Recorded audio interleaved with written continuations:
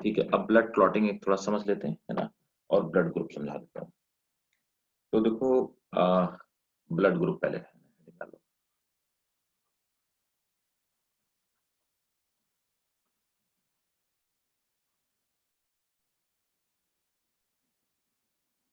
देखो blood group में सबसे पहले जो ब्लड ग्रुप थे वो तीनों ब्लड ग्रुप खोजे गए, ए बी और ओ, है ना। तो पहले खोजे गए ए बी एंड ओ, ये डिस्कवर किए। नोट करेंगे A B O, they were discovered by Landsteiner, they were discovered by Landsteiner, STEINAR, Landsteiner in 1900। तो 1900 में लैडस्टीनर ने तीनों ब्लड ग्रुप को डिस्कवर किया and AB was discovered by AB was discovered by De Castillo.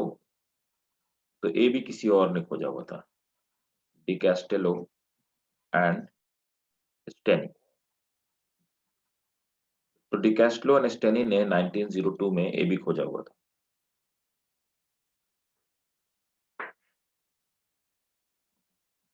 तीनों ही blood group जो होते हैं, एबीओ ब्लड ग्रुप, एबीओ और या ए बी, ठीक है। तो तीनों ही ब्लड ग्रुप जो डिटरमाइन किए जाते हैं, इनको हमारी बॉडी में कौन सा ऐसा फैक्टर है जो डिटरमाइन करता है इस आदमी के अंदर ए ब्लड ग्रुप होगा, बी होगा, ए बी होगा, है ना। So it is determined by gene I. तो हमारी बॉडी में एक जीन आई पाया जाता है जो डिटरमाइन करता है कि किसी बंदे के अंदर ब्लड ग्रुप कौन सा होगा। इस जीन को बोलते हैं आइसो एग्लूटिनिन, बोलते हैं इस जीन को। आई का मतलब है आइसो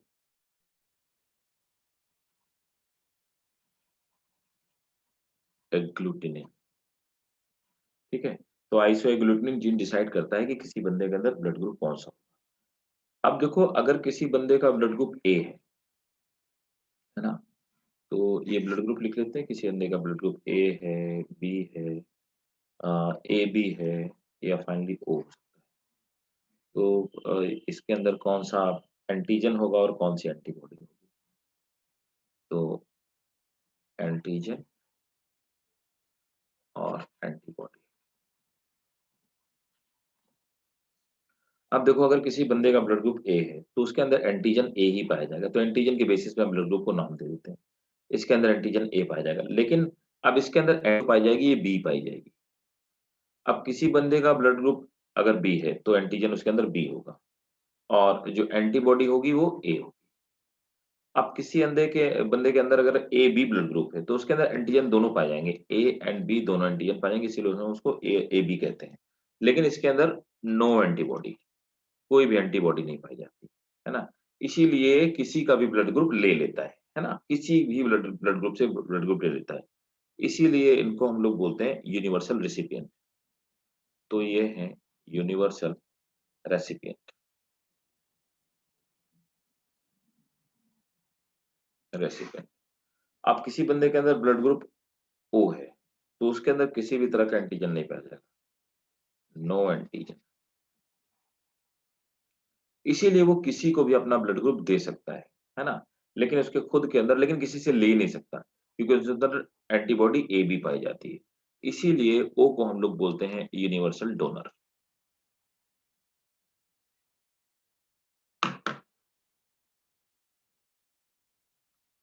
नोट कर लीजिए पहले, फिर आगे की कहानी बताते हैं।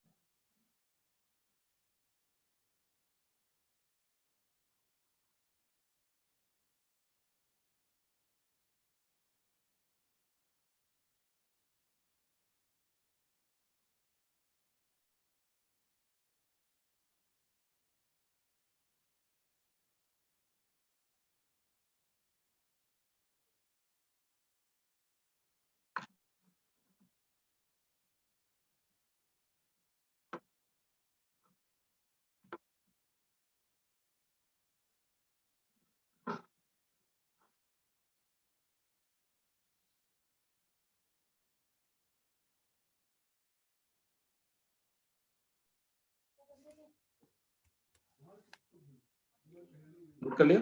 अब देखिए, आपने देखा होगा कि किसी बंदे का ब्लड ग्रुप ए पॉजिटिव या बी पॉजिटिव होता है। अब ए पॉजिटिव क्या है, बी पॉजिटिव क्या है, ये पॉजिटिव और नेगेटिव ब्लड ग्रुप क्या होता है? होता क्या है कि ये जो आरबीसी होती है आरबीसी के अंदर, आरबीसी के ऊपर सरफेस में, हाँ, तो ये हो गए रेड ब्लड कॉर्पसेल्स आरबीसी। अब किसी बंदे के आरबीसी के ऊपर हो सकता है कि एक प्रोटीन की लेयर मौजूद हो, है ना? और हो सकता है कि ये प्रोटीन की लेयर ना मौजूद हो। तो ये जो प्रोटीन ऊपर मौजूद है, इस प्रोटीन को हम लोग कहते हैं आरएच फैक्टर, है ना? तो this is called RH factor. So it's a protein layer.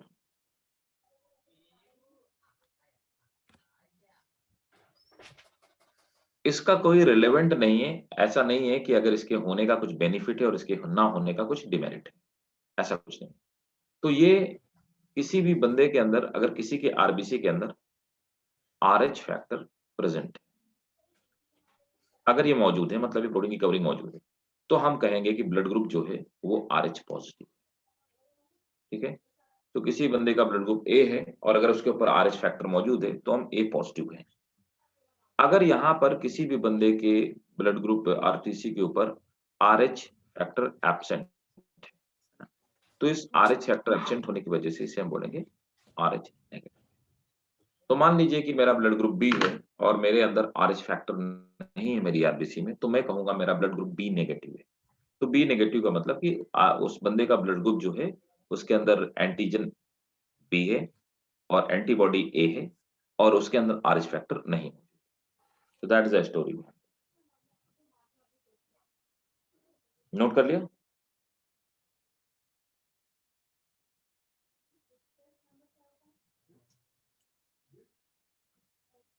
अब देखिए, अब आरएच फैक्टर के अलावा हम ये ए पॉजिटिव बी पॉजिटिव ये समझ गए कि पॉजिटिव और नेगेटिव ब्लड ग्रुप क्या होता है। एक बात और समझिए, होता यूं है कि हमारी बॉडी में जो डब्ल्यूबीसीज होती हैं, है ना? तो जो डब्ल्यूबीसी सेल होती हैं, ये अपनी बॉडी से एक तरह का प्रोटीन रिलीज करती प्रोटीन रिलीज करती ये जो प्रोटीन रिलीज करती हैं, इस प्रोटीन को, ये प्रोटीन हमारे ब्लड प्लाज्मा में डिसॉल्व हो जाती है और लंबे समय तक, सालों तक डिसॉल्व रहती है, कई कई बार तो इनको हम लोग बोलते हैं एंटीबॉडी। एंटीबॉडी ये डिसॉल्व प्रोटीन है, ये कभी भी जैसे ही किसी भी एंटीजन के कांटेक्ट में आएगी, ठीक है? ये कोई सा एंटीजन, इस एंटीजन को इट विल, ये मार देगी, इट विल किल एंटीजन। तो एंटीजन को मार देगी। तो एंटीबॉडी एक तरह की प्रोटीन्स होती हैं जो हमारी बॉडी में डिसॉल्व होती हैं और हमेशा एंटीजन के खिलाफ काम करती है। अब आखिर कोई चीज एंटीजन क्या हो सकती है? एंटीजन क्या-क्या हो सकता है? तो देखो, एंटीजन किसी भी तरह का एक्सटर्नल पार्टिकल, वो बायोलॉजिकल भी हो सकता है और may be non biological, biological और नॉन बायोलॉजिकल। फॉरेन सब्सटेंस मतलब वैसी कोई चीज हमारी बॉडी में नहीं पाई गई, फॉरेन सब्सटेंस। ये क्या-क्या हो सकता है? ये वायरस भी हो सकता है, ये बैक्टीरिया भी हो सकता है, ये कोई भी प्रोटोजोआ हो सकता है, ये किसी भी तरह का डस्ट पार्टिकल हो सकता है, ये स्मोक भी हो सकता है, ये कोई भी एटसेट्रा कुछ भी हो सकता है एंटीजन। तो जैसे ही हमारी बॉडी के अंदर एंटर करता है, तो हमारी डब्ल्यूबीसी को पता चल जाता है, तो वो इसके खिलाफ एक एंटीबॉडी रिलीज करना शुरू कर देती है। सो दैट्स हाउ एंटीजन और एंटीबॉडी, और हमारी बॉडी में जितनी तरह की एंटीबॉडीज होती हैं, उतनी ज़्यादा हम बोलते हैं हमारा इम्यून सिस्टम स्ट्रॉन्ग है ना?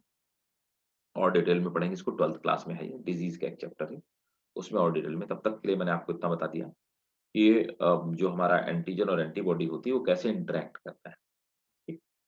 तो किसी आदमी के बंदे, किसी मतलब किसी भी आदमी के शरीर में 7300 टाइप के एंटीबॉडीज़ बन सकते हैं, मैक्सिमम। अब देखो क्या है कि ये हो गया एंटीजन और एंटीबॉडी। अब मैं जो आपको समझाने वाला हूँ, जो इस चैप्टर से रिलेटेड है, वो यही चीज़ है कि अगर कोई मदर है, तो मदर का जो ये है ब्लड है ना, मदर ब्लड। तो किसी मदर का जो ब्लड है वो RH नेगेटिव है, ठीक है। और मदर जिस बेबी को कैरी कर रही है, मदर का जो बेबी है, ये भाई साहब RH पॉजिटिव है। अब समस्या की बात यहां, तो पहला बच्चा किसी का हुआ, फर्स्ट बेबी, ये RH पॉजिटिव था। नॉर्मली मैंने आपको लास्ट क्लास में ये बताया था कि मदर से जो बच्चा होता है वो ब्लड डायरेक्ट नहीं लेता है। मैंने आपको बताया था उसके उसका खुद का ब्लड बनता है उसके लिवर में, और वो मदर से ब्लड नहीं लेता है, तो ब्लड का ट्रांसफ्यूजन नहीं होता। लेकिन फिर भी अगर ट्रांसफ्यूजन थोड़ा बड़ा हो गया, we can not deny, 0.1% chances होते भी है और हो भी जाता है। तो अगर ब्लड ट्रांसफ्यूजन हो गया तो होगा क्या कि मदर का तो ब्लड RH नेगेटिव है और बेबी का RH पॉजिटिव है। मदर की बॉडी क्या करेगी कि इस बच्चे के खिलाफ क्या बनाना शुरू करेगी? एंटीबॉडी। तो एंटीबॉडी बनेगी, लेकिन इतनी एंटीबॉडी नहीं बनेगी कि बच्चा मर जाए। तो होगा क्या, इस बच्चे को होगा जॉइंटिस, इसको जॉइंटिस हो जाएगी इस एंटीबॉडी बनने की वजह से, ठीक है। तो इस बच्चे को जॉइंटिस होने के पूरे चांसेस। अब क्या होगा, मदर के शरीर में एंटीबॉडी ऑलरेडी बन चुकी है इस किसके खिलाफ? RH पॉजिटिव ब्लड ग्रुप के खिलाफ।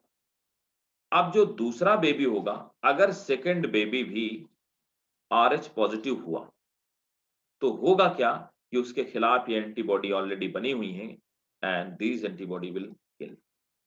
तो दूसरा बच्चा सरवाइव नहीं कर पाएगा, ठीक है। इस तरह से ये पॉसिबल होता है कि सेकंड बेबी सर्वाइव नहीं कर पाता। अभी इसके लिए अभी तक क्या होता था कि लोगों को पता नहीं था, तो पहला बच्चा सर्वाइव कर गया, दूसरा बच्चा नहीं सर्वाइव कर पाया, या तीसरा भी RH पॉजिटिव हो तो नहीं सर्वाइव कर पाया। लोग इसके पीछे रीजन नहीं समझ पाते थे।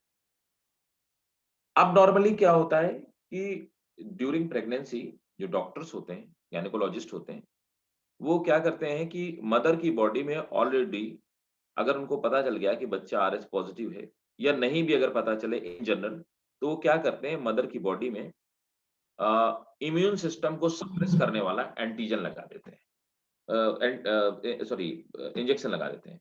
तो इम्यून सिस्टम को सप्रेस करने वाला इंजेक्शन लगा देते हैं, जिससे कि मदर की बॉडी इसके खिलाफ एंटीबॉडी नहीं बनाती है और दूसरा बच्चा भी सर्वाइव कर जाता है। That's how it takes place, ठीक है। तो इस बात को आप नोट कर लीजिए।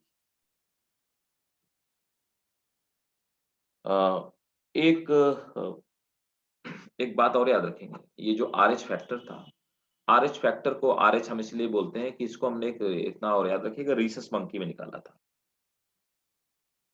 रीसस मंकी, जितने भी एक्सपेरिमेंट होते हैं ना, ह्यूमंस की मेडिसिन बनती है, ह्यूमंस पे एक्सपेरिमेंट होते हैं, तो ह्यूमंस पे आप एक्सपेरिमेंट नहीं कर सकते, इसलिए हमारा क्लोज रिलेटिव रीसस मंकीज पे एक्सपेरिमेंट किए जाते हैं। तो सभी एक्सपेरिमेंट मेडिसिन फेडिसिन, जैसे कोरोना की मेडिसिन बनी होगी तो सबसे पहले रीसस मंकी में एक्सपेरिमेंट हुआ होगा, पहले माउस में हुआ होगा, फिर रीसस मंकी में हुआ होगा, ऐसे एक्सपेरिमेंट्स होते हैं, ठीक है। तो इस बात को आप नोट कर लीजिए, है ना, नोट करें, नोट। सर ये उल्टा भी हो सकता है, मतलब बेबी का RH नेगेटिव और मदर का RH पॉजिटिव। भैया उल्टा हो जाएगा तो क्या समस्या होगी? मदर उसके खिलाफ एंटीबॉडी बनाएगी नहीं। उल्टा वाला कोई प्रॉब्लम वाली चीज ही नहीं ना, वो तो होता ही है, नॉर्मली उल्टा ही होता है। उल्टे में कोई दिक्कत नहीं होती ना, तो समस्या सिर्फ इसी केस में। अब अगर उल्टा हो गया, मदर RH पॉजिटिव है, बच्चा RH नेगेटिव है, तो बच्चे की बॉडी में तो एंटीबॉडी बनाने की कैपेसिटी होती नहीं है। बच्चा तो एंटीबॉडी बना ही नहीं सकता है, क्योंकि यस अभी यस। तो पैदा ही नहीं हुआ, उसकी तो बोन मैरो काम ही नहीं कर रही है। अब मदर खुद ही RH नेगेटिव है, पॉजिटिव है, तो वो उसके खिलाफ RH नेगेटिव के खिलाफ क्यों एंटीबॉडी बनाएगी? क्योंकि RH नेगेटिव को एंटीजन होगा ही नहीं। Okay okay. नोट करिए।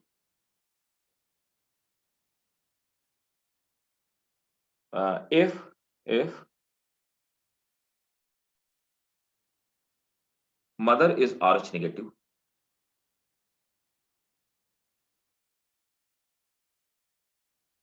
and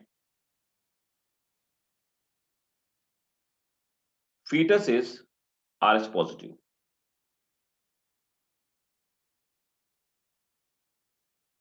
in this case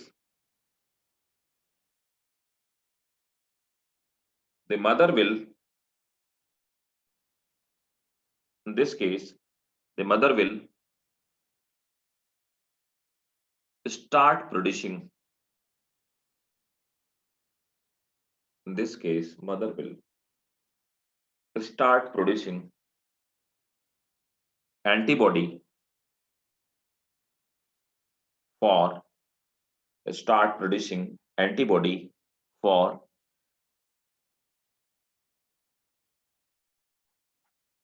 start producing antibody for fetus. Full stop.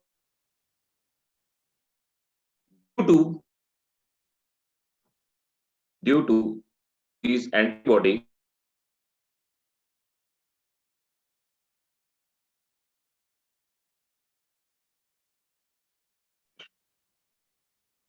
first baby will survive.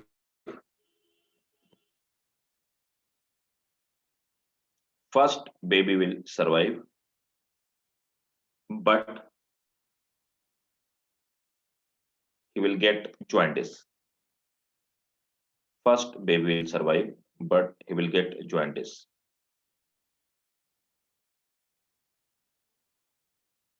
Full stop.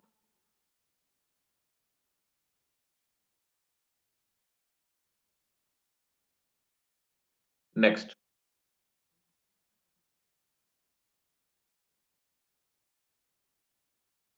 The second,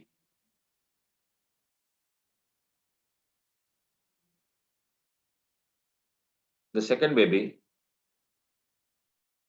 will not survive if he also have, the second baby will not survive if he have, if he have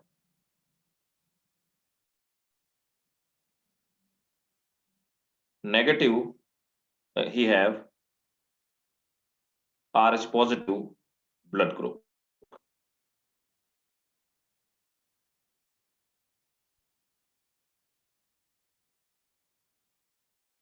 And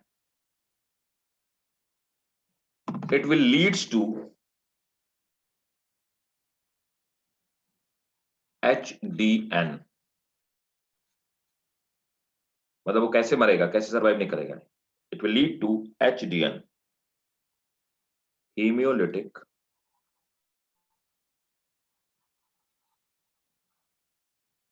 disease of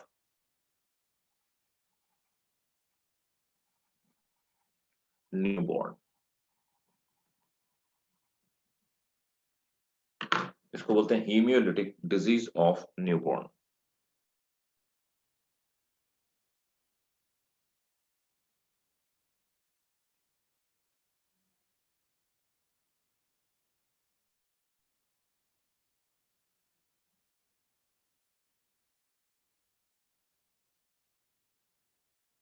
ठीक है, next अब देखिए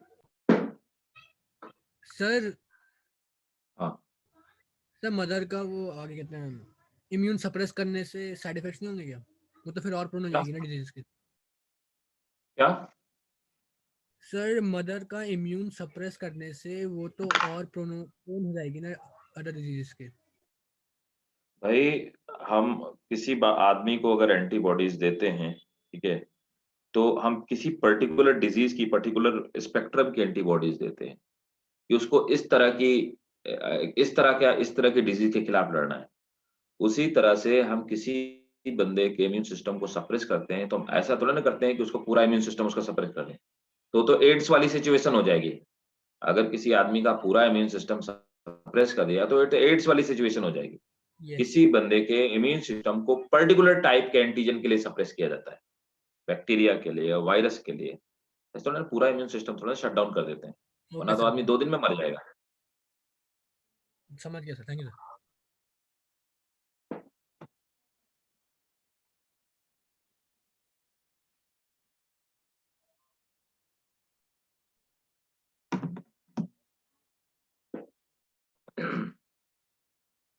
देखो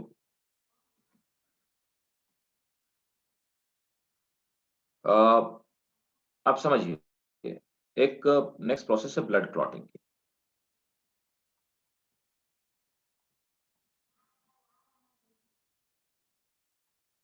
blood clotting की process कैसे होती है? तो किसी आदमी को चोट लगी, है ना?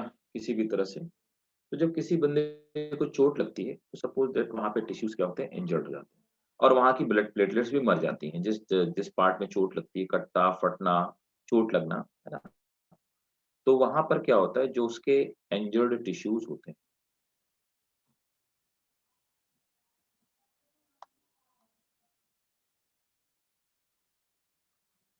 इंजर्ड टिश्यूज़, ठीक है?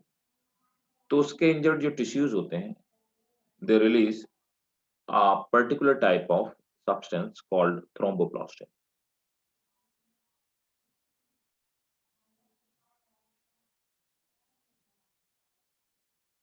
थ्रोम्बोप्लास्टिन, ठीक है? अब ये थ्रोम्बोप्लास्टिन रिलीज़ करते हैं, दे रिलीज़ थ्रोम्बोप्लास्टिन। दूसरा क्या होती है कि वहाँ पे जो ब्लड प्लेटलेट्स होती हैं, वो भी मर चुकी होती हैं, ब्लड प्लेटलेट।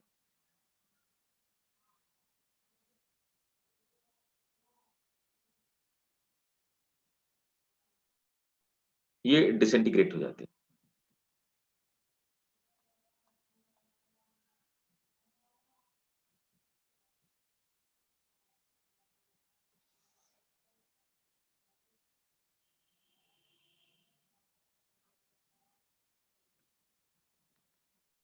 ये डिसइंटीग्रेट हो जाती हैं और फिर ये भी एक सब्सटेंस रिलीज़ करती हैं and releases platelet factor 3।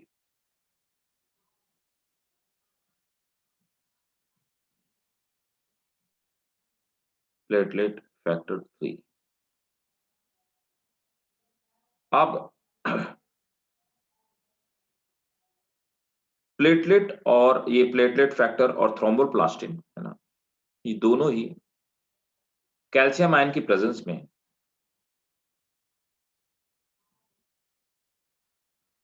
Calcium ion presence, calcium and protein, इसकी प्रेज़ेंस में दोनों मिल करके एक नए सब्सटेंस का फॉर्मेशन करती हैं, उसको बोलते हैं प्रोथ्रोम्बिनेज एंजाइम।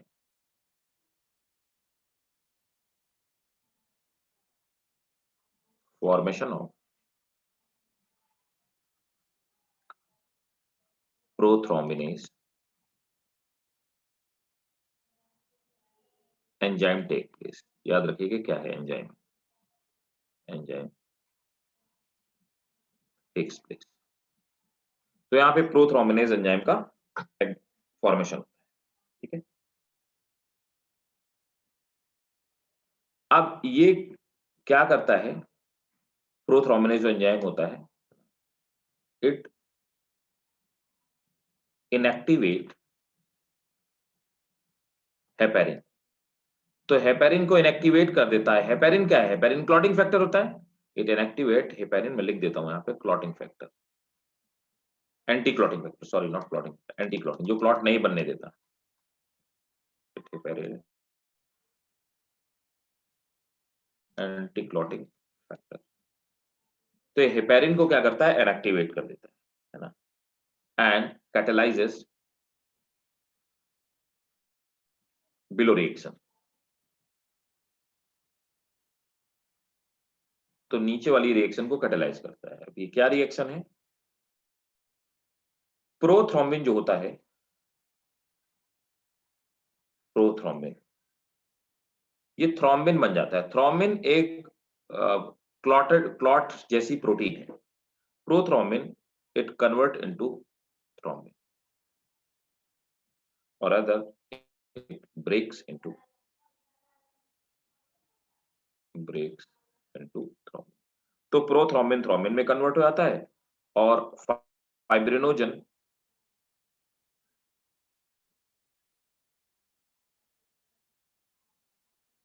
ठीक है?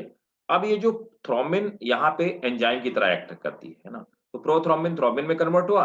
अब थ्रोम्बिन जो होता है, यहाँ पे लिख देता हूँ थ्रोम्बिन एक्ट एज एंजाइम, है ना। तो ये फाइब्रिनोजन जो होता है थ्रोम्बिन की प्रेजेंस में फाइब्रिनोजन कन्वर्ट हो जाता है फाइब्रिन में, इट कन्वर्ट इनटू फाइब्रिन। और थ्रोम्बिन और फाइब्रिन मिलकर के ब्लड क्लॉटिंग का काम करती हैं। यही होते हैं जो हमारे क्लॉट का फॉर्मेशन करती हैं। ब्लड जहाँ पे हमें चोट लगी हुई हो। नोट कर लो इस पूरी रिएक्शन को, पूरी कहानी मैंने आपको समझा दी फ्लो चार्ट में।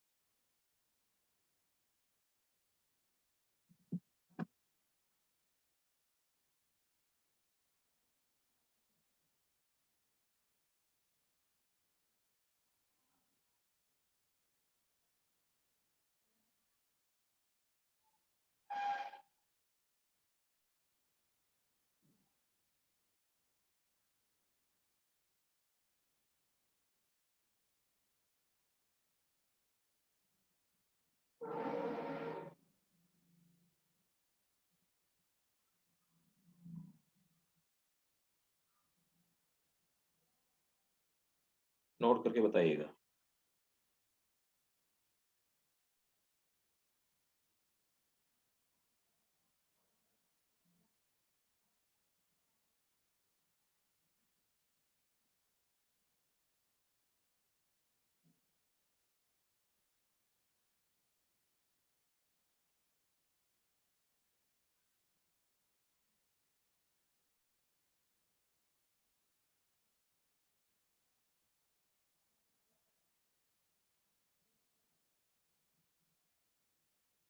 ठीक है, हो गया।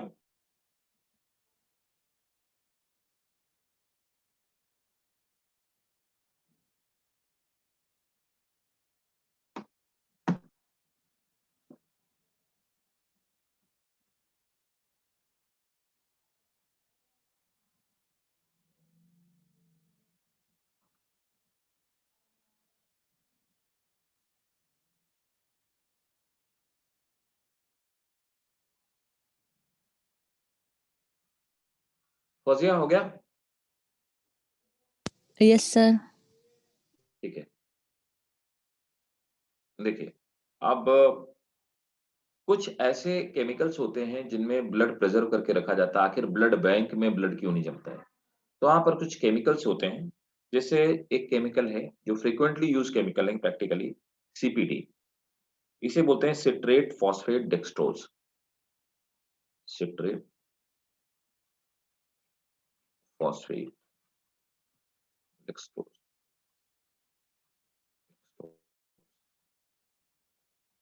Citrate phosphate dextrose. दूसरा होता है ACD, acid citrate dextrose. Acid citrate dextrose. Third जो होता है ईडीडीए,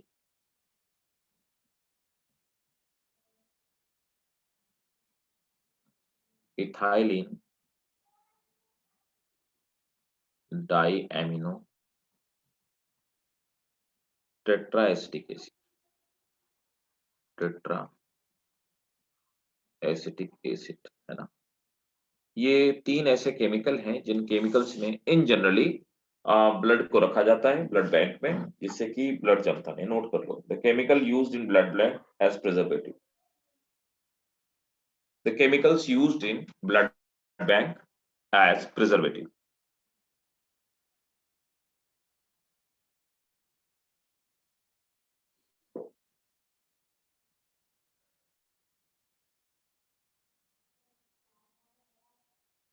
Sir, the chemical?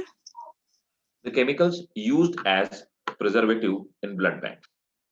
Used as preservative in blood banks.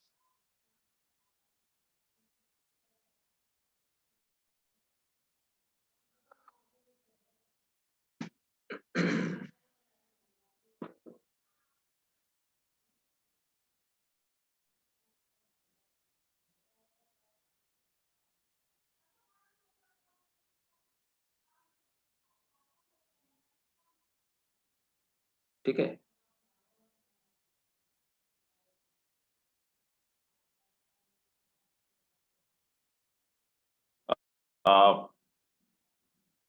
जो ब्लड सकिंग या यूं कहें कि जो ऐसे प्रीडेटर होते हैं जो ब्लड भी एनिमल का पी जाते हैं फ्लैश के साथ में, तो ब्लड को डाइजेस्ट करने का काम ट्रिप्सिन करता है। नोट करेंगे, blood is digested by trypsin in carnivore.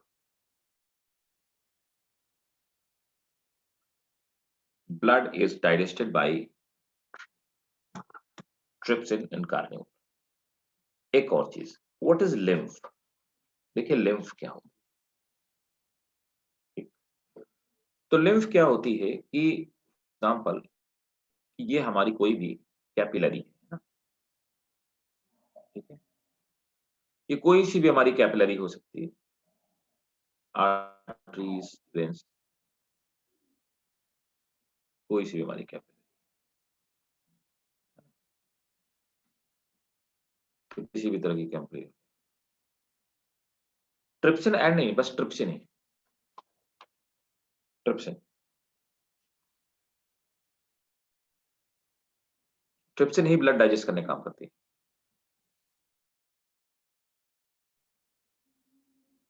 अब देखो, ये हमारी कोई भी ब्लड कैपिलरी है,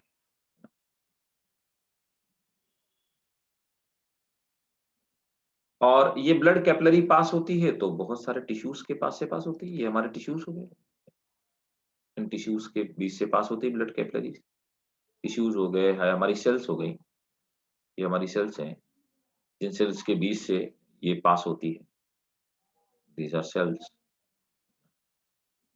ये हमारी बॉडी के सेल्स और टिश्यूज हो गए जिनके बीच से ब्लड कैपिलरी पास हो रही है। अब होता क्या है कि इस ब्लड कैपिलरी से, है ना, यहाँ से मटेरियल ऊज आउट हो करके बाहर निकल, ठीक है। तो यहाँ से क्या होता है कि क्योंकि because they are not impermeable, ये तो परमेबल है, तो इनसे जो प्लाज्मा होता है वो प्लाज्मा बाहर निकलने लगता है। ये धीरे धीरे लीक आउट होकर के यहाँ पे इकट्ठा होने लगता है। ये जो ब्लड प्लाज्मा है, ये जो मटेरियल है, इसको हम लोग बोलते हैं लिम्फ। ये काम क्या करता है? ये काम क्या करता है, क्योंकि ये जो कैपिलरी होती है डायरेक्टली कोई भी चीज टिश्यू को डिलीवर नहीं कर सकती, तो इसके बीच में यहाँ पे भरा रहता है, ये मिडिल मैन का काम करता है। तो मिडिल मैन की तरह काम करता है। कैपिलरी से टिश्यू को कुछ लेना है, जैसे कार्बन डाइऑक्साइड ऑक्सीजन की हम लोग बात कर रहे थे रेस्पिरेशन में, या टिश्यू से कैपिलरी को कुछ लेना है, तो दोनों ही केस में एक्सचेंज का जो मिडिल मैन होता है वो लिम्फ होता है, पहले इंपॉर्टेंट। अब धीरे धीरे लिम्फ इकट्ठा हो जाता है, तो लिम्फ भी बढ़ता जा रहा है। तो लिम्फ बढ़ता जा रहा है, तो लिम्फ को ले जाने के लिए एक दूसरी पाइपलाइन है जो क्या करती है, लिम्फ कलेक्ट करती है ना, और लिम्फ को कलेक्ट करके फिर से इन्हीं में डाल देती है। तो लिम्फ को कनेक्ट करती है और फिर से ब्लड में डाल देती है। इनको हम लोग बोलते हैं लिम्फ वेसल्स, और इसी को हम लिम्फेटिक सिस्टम बोलते हैं, लिम्फेटिक सिस्टम।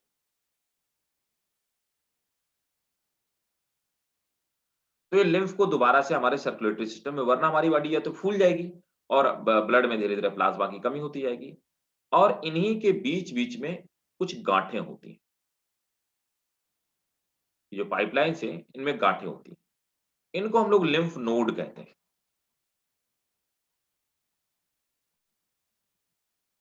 इन्हीं लिम्फ नोड में डब्ल्यूबीसी मैच्योर होती है, डब्ल्यूबीसी मैच्योर,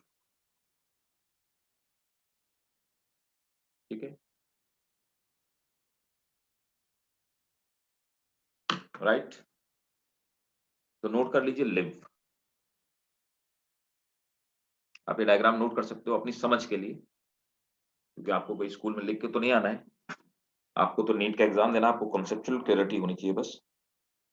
सिर्फ कहानी लिखने की जरूरत नहीं है, आप शॉर्ट पे नोट कीजिए, सिर्फ क्वालिटी कंटेंट आप नोट कीजिए।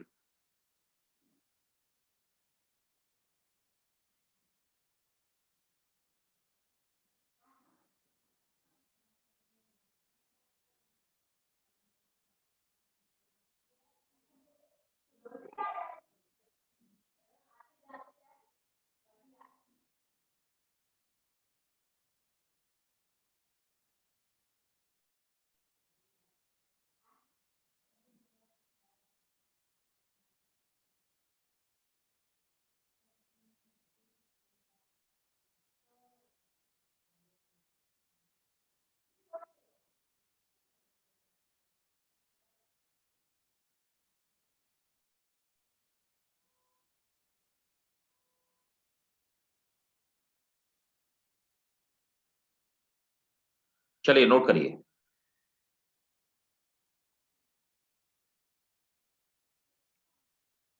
lymph is a mobile connective tissue. Lymph is a mobile connective tissue composed of plasma and lymph cell.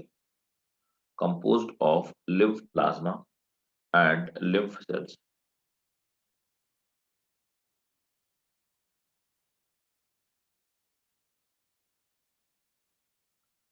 Next point.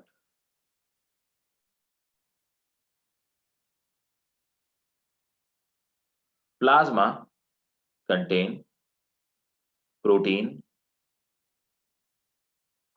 calcium, phosphorus, high amount of glucose,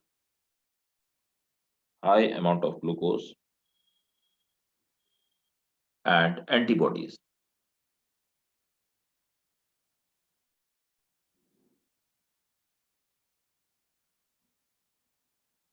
Lymph capsules, इसमें भी capsules पाई जाती हैं। Lymph capsules are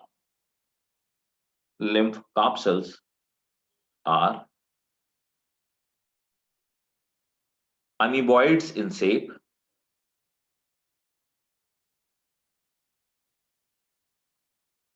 Lymph capsules are amoeboid in shape. They are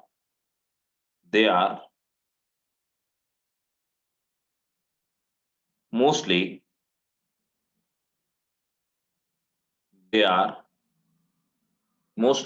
lymphocytes.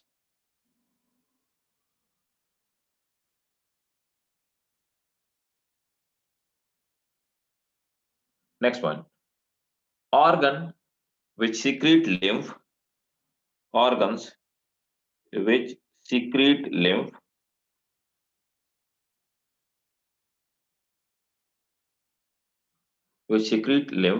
are lymph nodes, tonsils,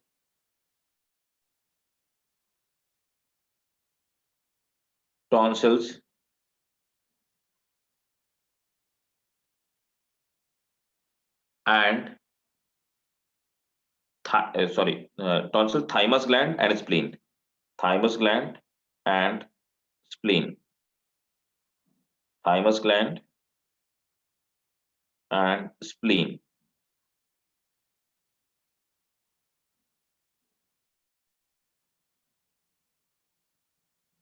Thymus gland and spleen.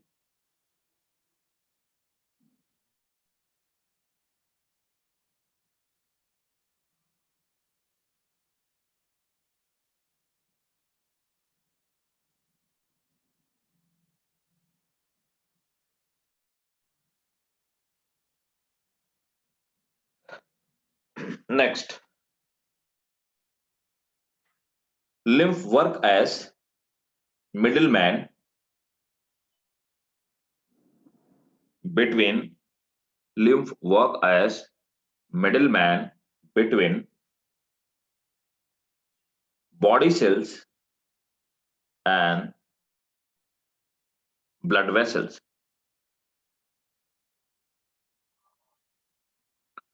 Body cells and blood vessels. Next, it destroy microorganism and maintain volume of blood. It destroy microorganism and maintain volume of blood. ठीक है, तो ये हो गया हमारा lymph. अब देखिए, next है human heart and circulatory system. अब हमें सर्कुलेशन समझना है बस.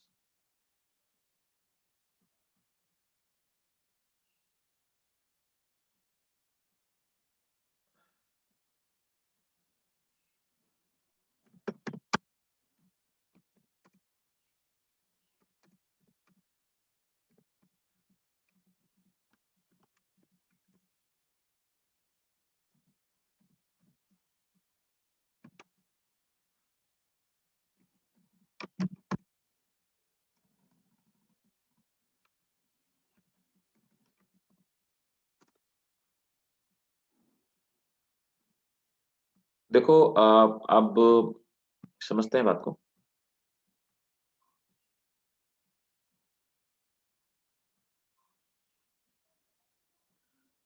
Human circulatory system.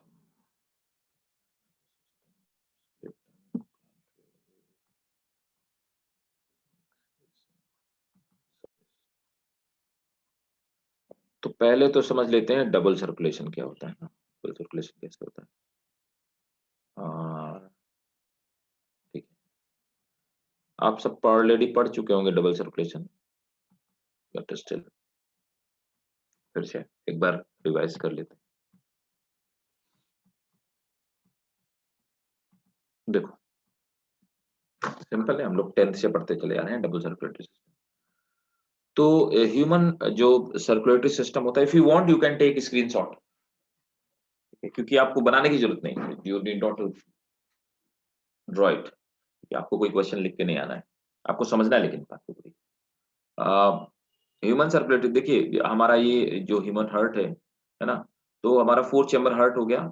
ये हो गया आपका राइट एट्रियम, ये आपका राइट वेंट्रिकल हो गया नीचे वाला, और ये लेफ्ट एट्रियम हो गया, है ना.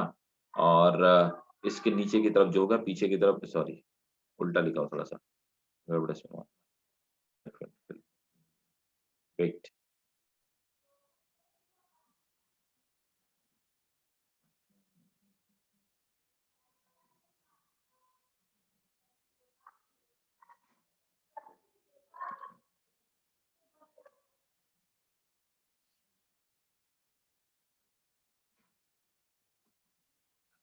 ये हो गया हमारा लेफ्ट वेंट्रिकल,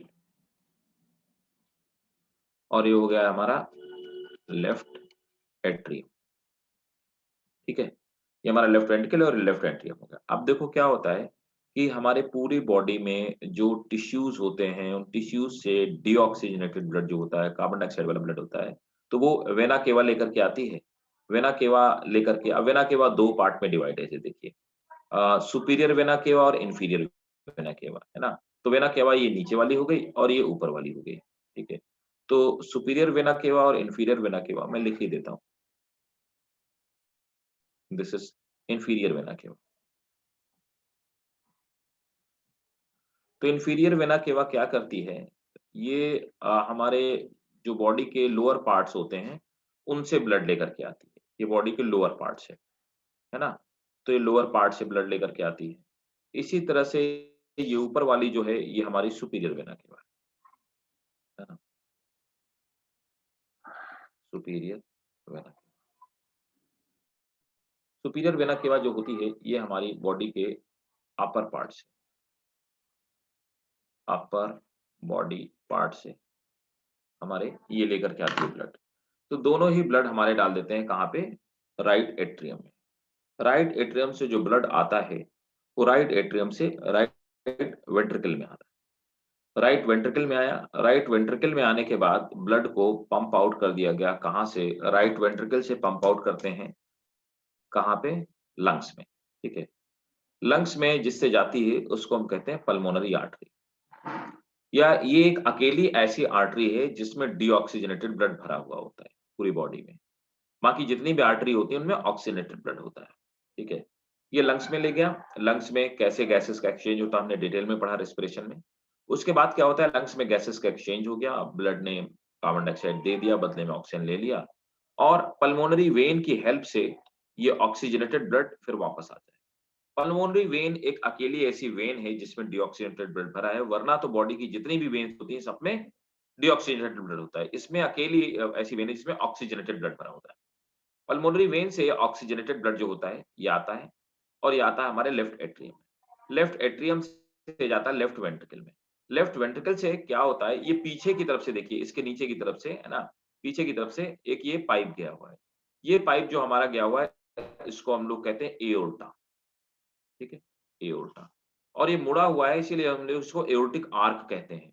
उससे पाइप होता हुआ ये एओर्टा जो है, ये देखिए ये एओर्टा हमारी फिर ब्लड टिश्यूज तक ले जाता है और ऑक्सीजन को डिस्ट्रीब्यूट करता है, ऑक्सीजनेटेड ब्लड को डिस्ट्रीब्यूट करने का काम करता है। क्लियर है? Yes sir. स्क्रीनशॉट अगर किसी को लेना हो ले लीजिए। सर ये आयोटा लेफ्ट वेंट्रिकल से निकला ना? हाँ,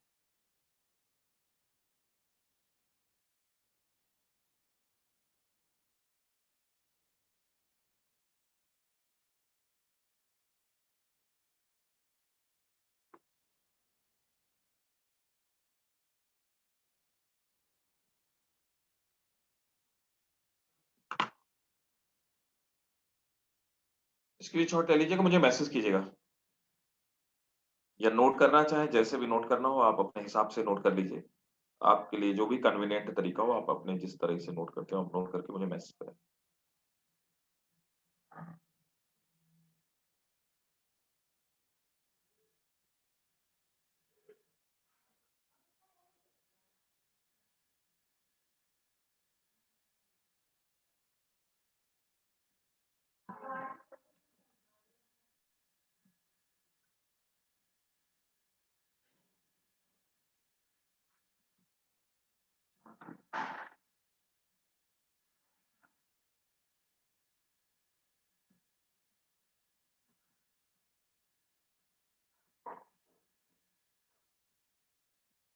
मेघना, नबीला, फौजिया हो गया?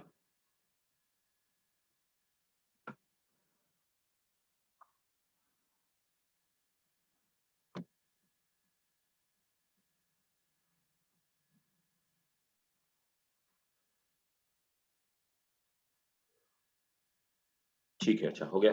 चलिए, तो ये था हमारा डबल सर्कुलेटरी सिस्टम। तो ह्यूमन हार्ट जो होता है वो डबल सर्कुलेटरी सिस्टम होता है। क्यों? इसमें 2 बार ब्लड चक्कर लगाता है। कैसे? ऊपर की तरफ लंग्स के चक्कर लगाता है, इस सर्किल को हम लोग पल्मोनरी सर्कुलेशन बोलते हैं, क्योंकि पल्मोनस माने होता है लंग्स। नीचे वाला को इसको सिस्टेमिक सर्कुलेशन बोलते हैं। सिस्टम ऑफ मींस होता है टिश्यूज, तो जो टिश्यू तक ले आता है वो सिस्टेमिक सर्कुलेशन, जो लंग्स तक ले आता है वो पल्मोनरी सर्कुलेशन। अब देखो, एक बार हार्ट भी समझ लेते हैं, ह्यूमन हार्ट कैसा होता है।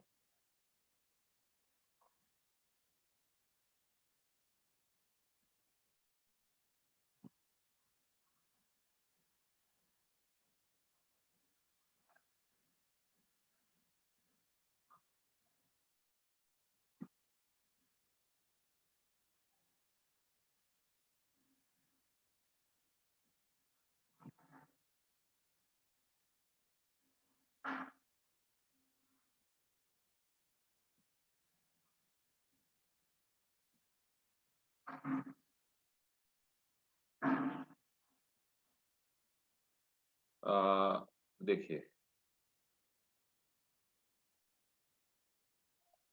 पहले मैं एक्सटर्नल डायग्राम आपको बना के मतलब दिखाता हूं आपको। इवन इसका भी आप स्क्रीनशॉट लेना चाहो तो आप ले सकते हो। देखो, ये हमारा ह्यूमन हार्ट है ना? तो देखो ह्यूमन हार्ट में अब आप देखेंगे कि ये वाला जो नीचे वाला हिस्सा है, ये राइट वेंट्रिकल वाला हिस्सा है और ये आपको दिखाई दे रहा होगा, ये इस तरफ, ये लेफ्ट वेंट्रिकल वाला हिस्सा है ना? तो ये हमारा राइट वेंट्रिकल हो गया और ये लेफ्ट वेंट्रिकल। अब आप देख पा रहे होंगे यहाँ पे जो देखने लायक है, जिसलिए मैंने आपको ये दिखाया, है ना? यहाँ पर एक लेफ्ट कोरोनरी आर्टरी, ये पूछा हुआ क्वेश्चन ऑलरेडी, ठीक है? और यहाँ पर आपको दिख रही होगी राइट कोरोनरी आर्टरी। क्वेश्चन ये पूछा हुआ था कि राइट वेंट्रिकल को ऑक्सीजन कौन सप्लाई करता है? अब भाई हार्ट की सेल्स को भी तो काम करने के लिए ऑक्सीजन चाहिए, क्योंकि वो भी तो रेस्पिरेशन करेंगी, वो भी तो फूड बर्न करेंगी।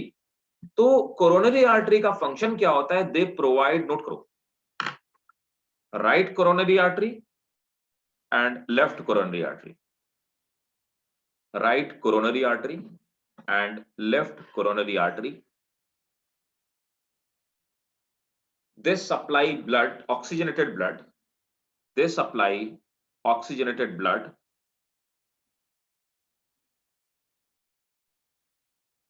they supply oxygenated blood to heart.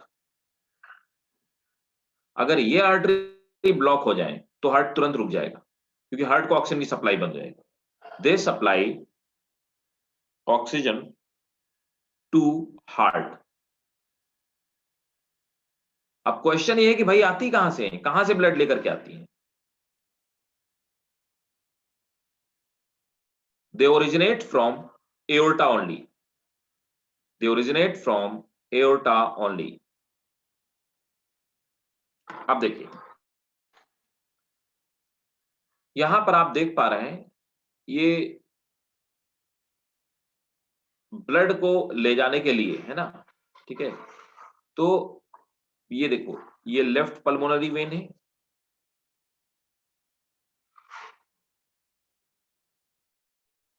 ये राइट पल्मोनरी वेन है ना? ये इंफीरियर वेना केवा है और ये ऊपर सुपीरियर वेना केवा। तो आप समझिए, डीऑक्सीनेटेड ब्लड ऊपर के ऑर्गन से सुपीरियर वेना केवा से और नीचे के ऑर्गन से इंफीरियर वेना केवा से आता है। ठीक है? तो ब्लड हमारे राइट एट्रियम में आ गया, राइट एट्रियम से आने के बाद लेफ्ट में, लेफ्ट से जाने के बाद आप देखिए यहां से अब पीछे की तरफ से ये राइट पल्मोनरी आर्टरी जो है, ठीक, और यहां पर आपको दिखाई दे रहा होगा ये लेफ्ट पल्मोनरी आर्टरी। ये दोनों ही लंग्स को ले जाती हैं डीऑक्सीजनेटेड ब्लड। डीऑक्सीजनेटेड ब्लड गया, प्यूरिफाई हुआ, ऑक्सीजनेटेड हुआ। ऑक्सीजनेटेड होने के बाद ये लेफ्ट पल्मोनरी वेन से, देखिए डायरेक्शन अंदर की तरफ नहीं हुई, और इधर से राइट पल्मोनरी वेन से, यहां से लंग से ऑक्सीजनेटेड ब्लड आता है। ऑक्सीजनेटेड ब्लड आया कहां पे? ये पीछे से जाकर के यहां आ जाती है और ये इधर से आ जाती है। दोनों ने लेफ्ट ऑरिकल में डाल दिया, लेफ्ट ऑरिकल से लेफ्ट वेंट्रिकल में आया, लेफ्ट वेंट्रिकल से यहां से होता हुआ, इसको हम लोग देखिए एसेंडिंग एओर्टा बोलते हैं, ऊपर की तरफ जा रहा है, इसको हम लोग एओर्टिक आर्क बोलते हैं, आर्क ऑफ एओर्टा, ये देखिए।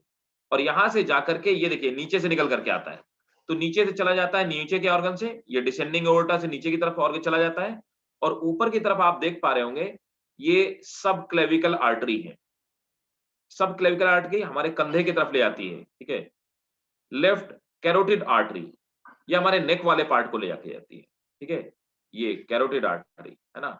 और ये सब क्लेविकल आर्टरी कंधे के नीचे वाले पार्ट को ब्लड ले आने का काम करती है, ठीक है?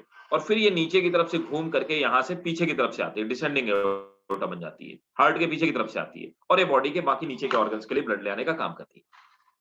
क्लियर है भाई? इसका भी स्क्रीनशॉट ले लीजिए। ये आपको फिजिकली समझाएगा कि हार्ट में ब्लड जाता कहां से कहां को।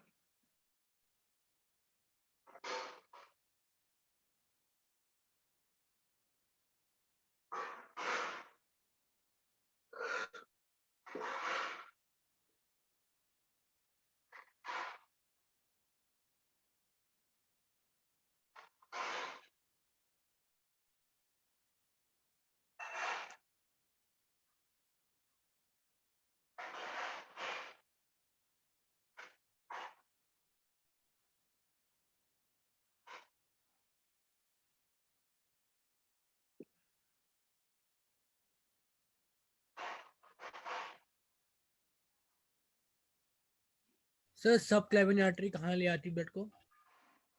कंधे के नीचे वाले पार्ट में भाई।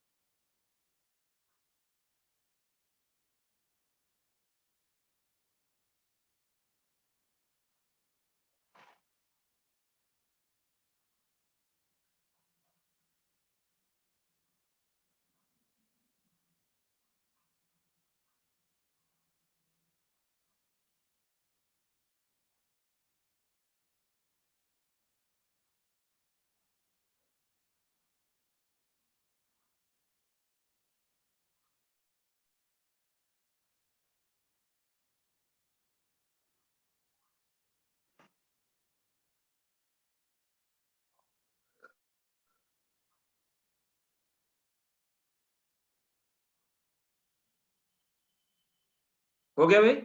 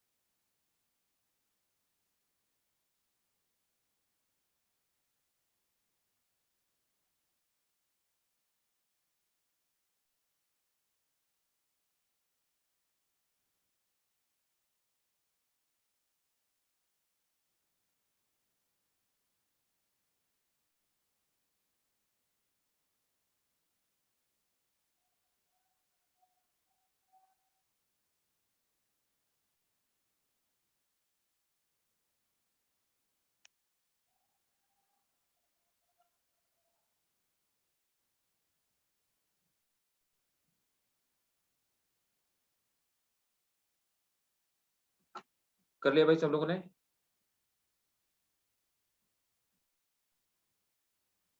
Yes sir.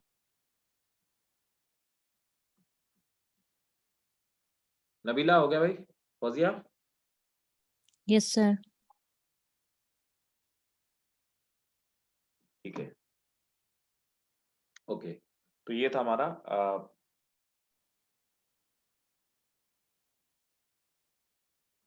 Human circulatory system में एक्सटर्नली देखा कि हार्ट को कैसे हम ये करते हैं,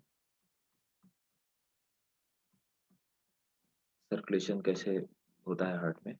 आप इंटरनली भी देख लो कि इंटरनल स्ट्रक्चर को भी देख लो।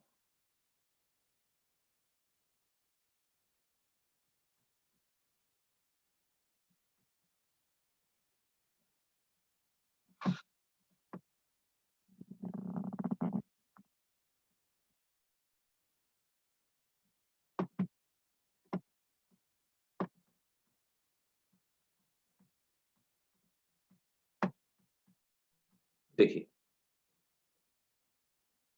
इससे आपको पूरा फ्लो समझ में आ जाएगा कि कैसे जो मैंने अभी आपको समझाया।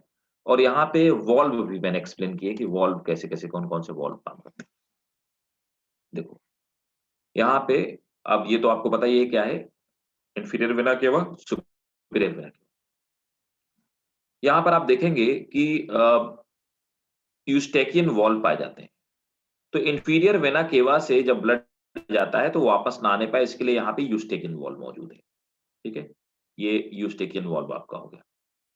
इसके बाद आप देखिए कि यहाँ पर कोरोनरी इसके लिए ये कोरोनरी वॉल्व होते हैं, है ना? कोरोनरी वेन आती है, मतलब हर से डीऑक्सिजनेटेड ब्लड लेकर के आती है।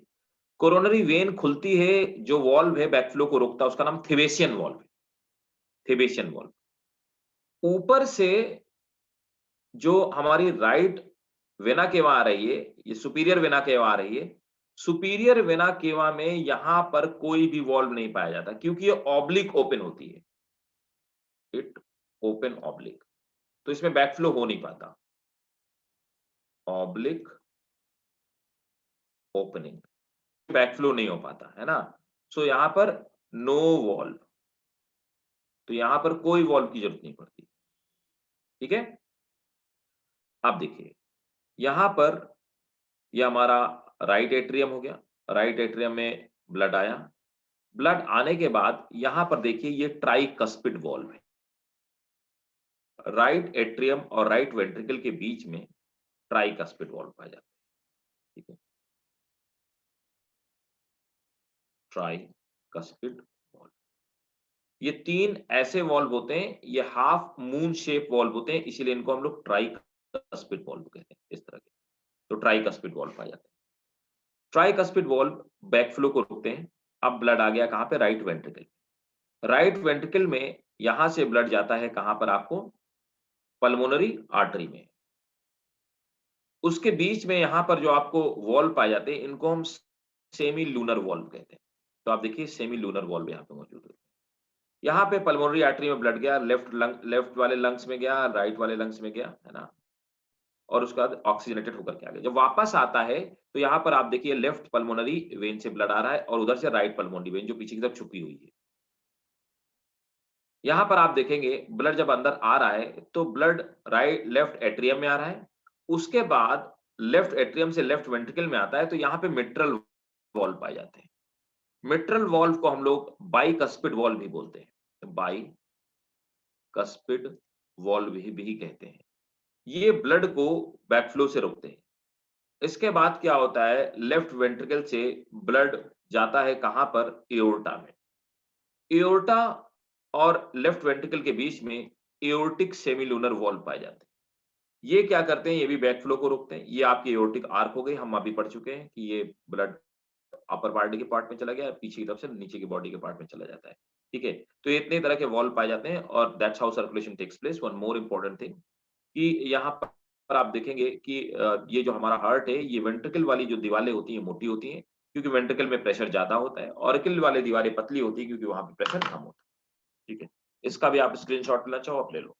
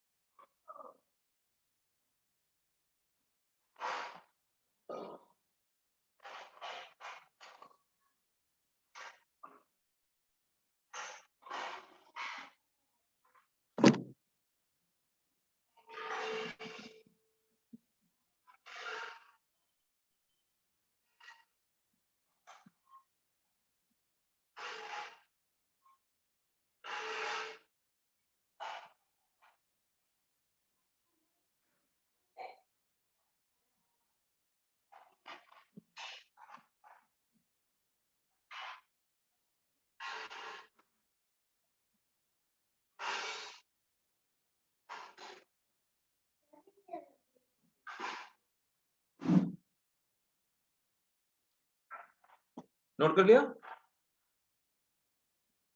Yes sir. ठीक है, सबने कर लिया भाई? मैं हटा रहा हूँ डायग्राम, मैसेज कर दिया करो भाई करने के बाद, तो मैं डायग्राम में हटा दूंगा। ठीक है, तो होपफुली सबका हो गया। ठीक है, ओके ग्रेट। देखिए ये तो हो गया हमारा सर्कुलेशन कैसे होता है बॉडी में।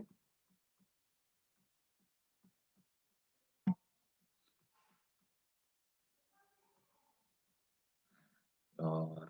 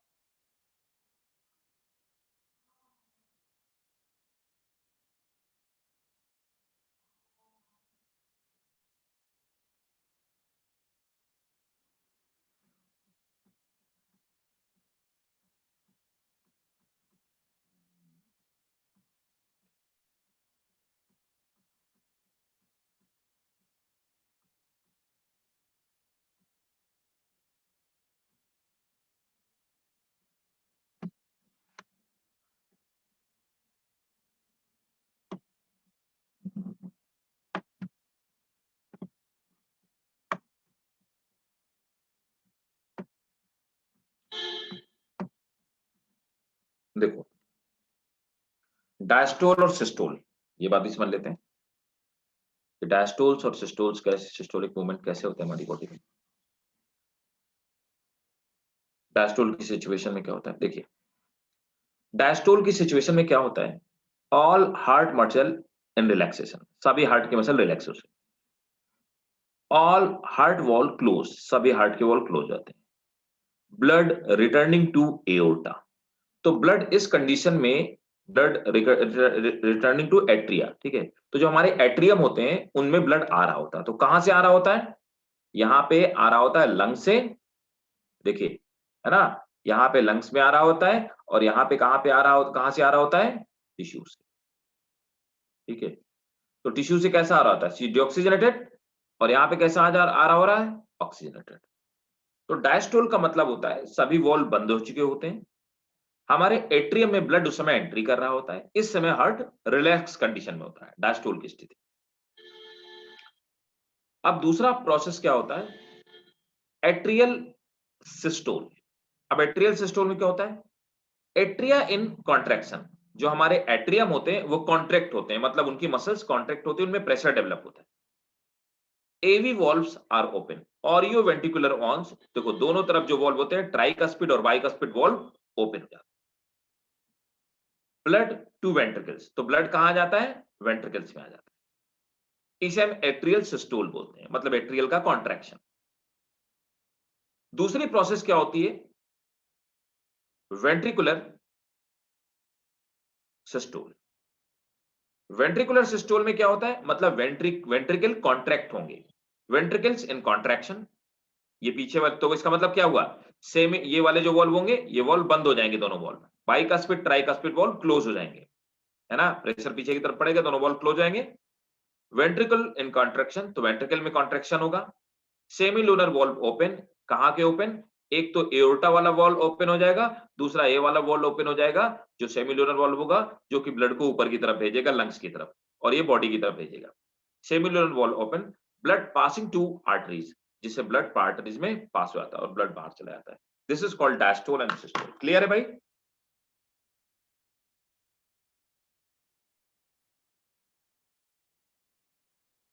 इसका भी आप जरूर से स्क्रीनशॉट ले लीजिए, दिस इज बेस्ट एक्सप्लेनेशन, इससे इजी कुछ नहीं हो सकता है, बहुत क्लियरली एक्सप्लेन है यहाँ पे।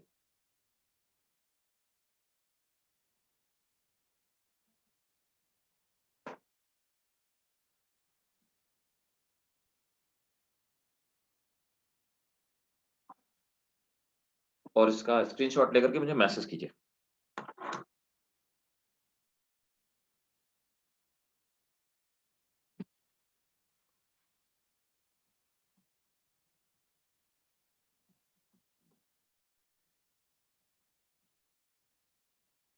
Okay.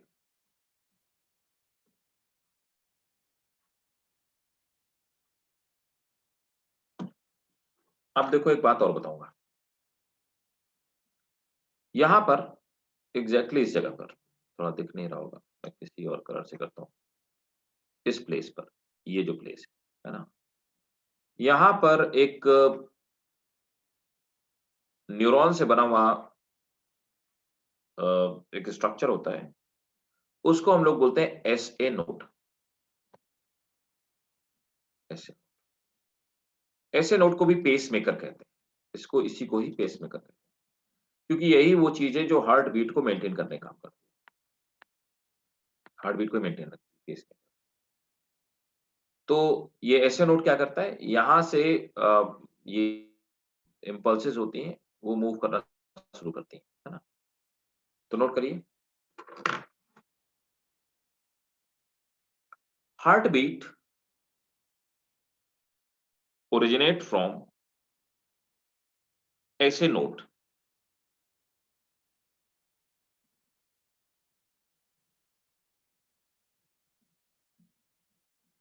That's why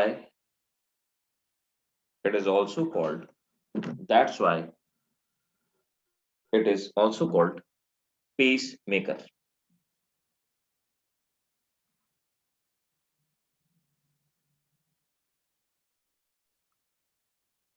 It lies in the wall of, it lies in the wall of right atrium near opening of superior vena cava.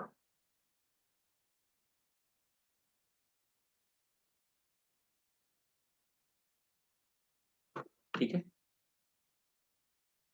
यहां से ये निकलते हैं, कुछ फाइबर निकलते हैं, ठीक है, फिर यहां पर आते हैं, यहां पर एक और पॉइंट होता है, उसको बोलते हैं एवी नोड। मैं लिख देता हूं, यहां से जो पॉइंट निकलता है उसको बोलते हैं एवी नोड। तो एवी नोड में आते हैं, एवी नोड से कुछ फाइबर्स होते हैं, ये फाइबर, ये हार्ट की जो बीच वाली वॉल है, सेप्टा है, इससे होकर के जाते हैं और पूरे हार्ट में फैल जाते हैं, पूरे हार्ट में इलेक्ट्रिक वायर्स की तरह फैल जाते हैं और इम्पल्स को मेंटेन करने का काम करते हैं। ये जो पूरे हार्ट में इम्पल्स को मेंटेन करने का काम करते हैं, इन वायर्स को हम लोग बोलते हैं, they are called Purkinje fibre.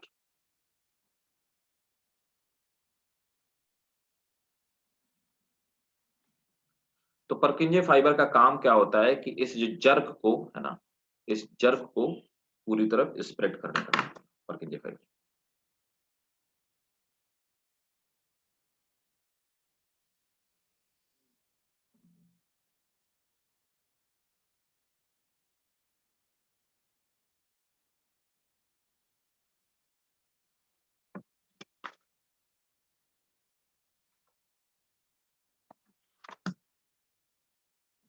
ठीक है, और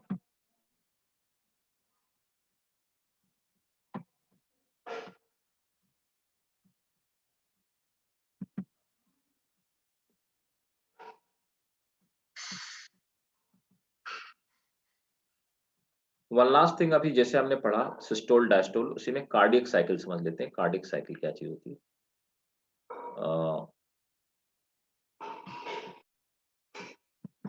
देखिए, ये कार्डियक साइकिल है ना, ये जो ग्राफ नीचे बना हुआ है ना, ये ग्राफ समझने की चीज है, इससे क्वेश्चन पूछा भी जा चुका है, इनफैक्ट आप देखेंगे। तो कार्डियक साइकिल कैसी होती है? सिंपल है, जब एट्रियोल सिस्टोल होता है, मतलब सिस्टोलिक कंडीशन में, है ना, ठीक है, तो मतलब कॉन्ट्रैक्शन होता है, तो ब्लड वेंट्रिकल में आता है, अभी हमने थोड़ी देर पढ़ा। यहां पर पी वेव बनती है, तो जो मशीन होती है जिसको हम इलेक्ट्रोकार्डियोग्राम बोलते हैं, उसमें ये पी वेव का फॉर्मेशन होता है और इसको हम लोग बोलते हैं एट्रियल डिपोलराइजेशन। उसके बाद वेंट्रिकुलर सिस्टोल, जिसको कि हम फर्स्ट फेज बोलते हैं, तो वेंट्रिकुलर कॉन्ट्रैक्शन पुशेस एवी वॉल क्लोज, तो वेंट्रिकुलर कॉन्ट्रैक्शन की वजह से ये जो एवी वॉल क्लोज आते हैं, फिर QRS ये वाला ग्राफ बनता है, QRS, ठीक है, ये पीक जाती है फिर नीचे आता है। उसके बाद इसको हम लोग बोलते हैं वेंट्रिकुलर डिपोलराइजेशन, इन्वॉल्व के बंद होने की प्रोसेस को, और इसे QRS कॉम्प्लेक्स बोलते हैं, क्योंकि QRS ऐसे ग्राफ बनता है। उसके बाद ये लाइन सीधी आती है, आने के बाद अगला प्रोसेस है वेंट्रिकुलर सिस्टोल, ठीक है।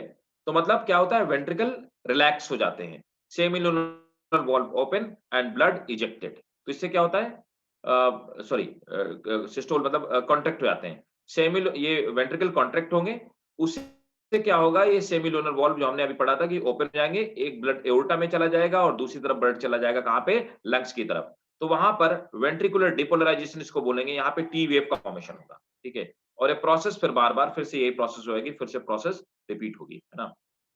फिर वो डायस्टोल कंडीशन में आ जाएगा, नॉर्मल कंडीशन में हार्ट, है ना। क्लियर है भाई, समझ में आ गया कि नहीं आ गया? Yes sir. इसका भी स्क्रीनशॉट ले लीजिए। ये क्वेश्चन जो मैंने आपको बताया ना, PQRST, ये यहां तक का जो कॉम्प्लेक्स है, ये ऑलरेडी 2 बार पूछा हुआ है नीट पे। आप देखिए ग्राफ के साथ में पूछा हुआ है कि क्वेश्चन ये था कि QRS कॉम्प्लेक्स क्या रिफ्लेक्ट करता है, व्हाट डज इट रिफ्लेक्ट।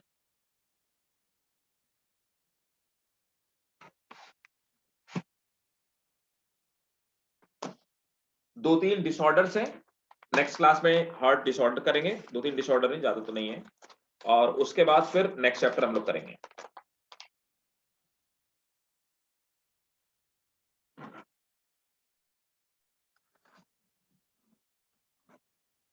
ठीक है भाई।